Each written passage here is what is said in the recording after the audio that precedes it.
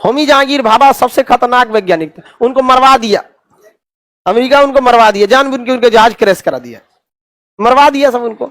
आगे देखते हैं। तो भारत के पास बड़ी मिसाइलें थी, अग्नि थी, पृथ्वी थी, त्रिशूल थी, बहुत बड़ी बड़ी मिसाइल। और जबकि एपीजे अब्दुल कलाम अपने जीवन काल में ही कहते हैं कि बड़ी मिसाइलें शोपीस बन के रह जाती है, और एक अक्षरशः बात सही थी। एक को बड़ी मिसाइल रूस ने नहीं चलाया, एक को चलाया है नहीं। रीजन क्या है कि आपका झगड़ा आपके पड़ोस वालों से होगा। अभी बताओ, कोई आदमी बेंगलोर में रहता होगा, पटना के आदमी से झगड़ा क्या होगा? अब भारत को बताइए, नॉर्वे से झगड़ा होगा, भारत को अर्जेंटीना से झगड़ा होने जाएगा, भारत को अगल बगल वालों से होगा, पाकिस्तान और किससे? चीन। तो अब्दुल कलाम ने कहा था कि छोटी मिसाइलों पर ध्यान देना चाहिए, और एपीजे अब्दुल कलाम अंतरिक्ष सेक्टर के ज्यादा जानकार थे, इसलिए उन्होंने जितनी मिसाइलें बनाई थी बैलिस्टिक मिसाइल थी, बहुत लंबी लंबी दूर मार करने के, लेकिन पास की भी मिसाइलों की युद्ध में बहुत ही ज्यादा जरूरत थी। इसलिए रूस से भारत ने क्या कर लिया? समझौता किया, और ब्रह्मोस मिसाइल बनाने का तय हुआ। लेकिन रूस एमटीसीआर का सदस्य था और भारत एमटीसीआर का सदस्य नहीं था, इसलिए भारत और रूस ने जब 1999 में जब ब्रह्मोस मिसाइल बनाने का समझौता किए, तो उस समय ब्रह्मोस मिसाइल की रेंज 290 किलोमीटर रखी गई थी। समझ में आया क्यों? 300 किलोमीटर से ज्यादा के मारक क्षमता नहीं हो सकती। लेकिन जैसे भारत ने एमटीसीआर का सदस्य बना, उसके एक हफ्ता बाद भारत ने 650 किलोमीटर मारक क्षमता वाली ब्रह्मोस मिसाइल का परीक्षण कैसे कर दिया? मैंने एक हफ्ता मिसाइल बन गया होगा? नहीं। इसलिए शरीफ मत समझिएगा, भारत को भी ऐसा ऐसा चीज है सेना में जिसको अगर बता दिया जाए तो पूरी दुनिया दंग रह जाएगी। लेकिन चूंकि ज्यादा आगे बढ़ने के बाद इंसान की अपनी जिम्मेदारी भी बनती है। अब इसका मतलब ये नहीं कि हम भारतीय मीडिया के तो है नहीं कि अपना चैनल चमकाने के लिए देश बेच दे, ऐसा नहीं हो सकता। नहीं तो बाकी बहुत सारी ऐसी चीजें, ब्रह्मोस एनजी है, ब्रह्मोस एस वर्जन है, जो भारत परीक्षण करके सब कुछ करके रख चुका है, लेकिन बताया ही नहीं है। वो सरप्राइज अटैक मारेगा वहां पर। समझ में गया?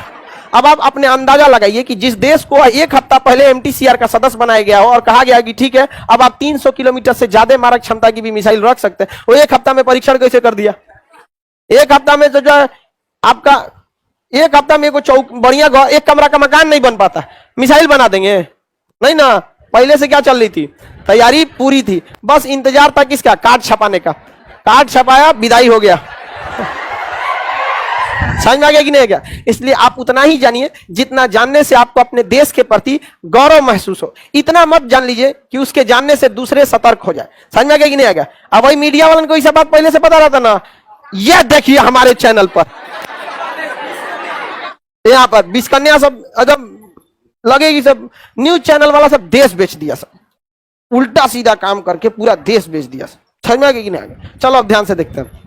अब भारत कितने भी क्षमता का मिसाइल बना सकता, और उन 35 देशों को कितनी भी लंबी दूरी की मिसाइलें बेच सकता, और वो 35 देश आपस में कितनों बड़का खतरनाक मिसाइल खरीद के रख सकते हैं। समझ में आ गया कि नहीं आ गया? कोई दिक्कत? लेकिन भारत ने जब फिलीपीन को मिसाइल बेचा है, तो क्या फिलीपीन को 300 से ज्यादा वाला बेच सकता है?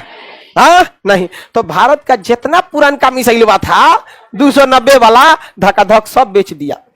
समझ में आ गया कि नहीं आ गया? और ये हम पिछले 1 साल से चिल्लाते आ रहे थे कि भारत ईएमआई पर मिसाइल बेच दे। अब अगर आप पीछे वीडियो देखते होंगे तो हमेशा से ये बोल रहे थे, और हुआ भी यही।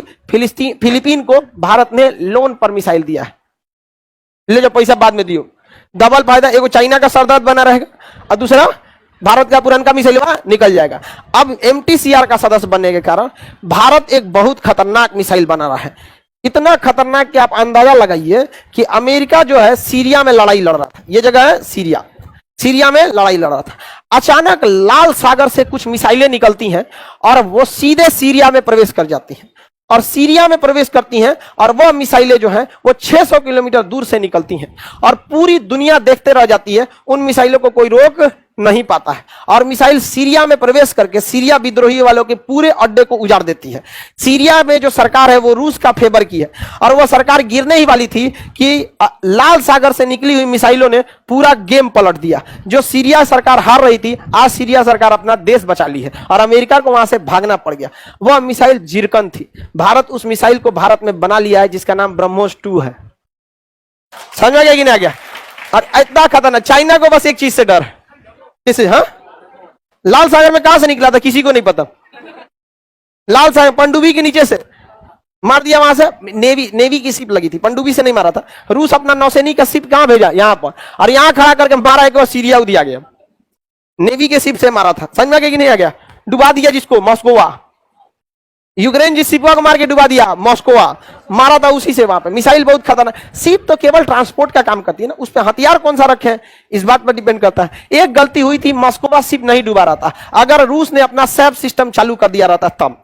सैफ सिस्टम जो होता है मिसाइलों से जहाजों को बचा लेता है वहां पे। लेकिन जानते हैं ना, बड़े बड़े लोगों से भी गलती हो जाती है। उसको लगा छोटका देश क्या कर लेगा यहाँ पर। आगे बढ़ जाए। मारा क्यों था? अमेरिका यहां पे सरकार गिराना चाहता था, और उस सरकार को बचाना कौन चाहती थी? रूस। अमेरिका का अगर आप साथ नहीं दीजिएगा तो अमेरिका आपकी सरकार को गिरा देगा, हमेशा क्या कर देगा? गिरा देगा आपको। ये बहुत खतरा है अमेरिका, इस पे कभी भरोसा नहीं करना चाहिए। हम हमेशा एक चीज देखता, ये गोरखा सब पे हम कभी भरोसा नहीं करते। अरे वो इंडिया में गोरा वाला नहीं, इंडिया में गोरा काला तो कितनों गोर रहेगा, काले काला आएगा। वो जो होता है सब छीलल मुर्गा वाला अंग्रेजवा, इसे जो खचरा होता है सब यहाँ पर। एमटीसीआर समझ में आ गया?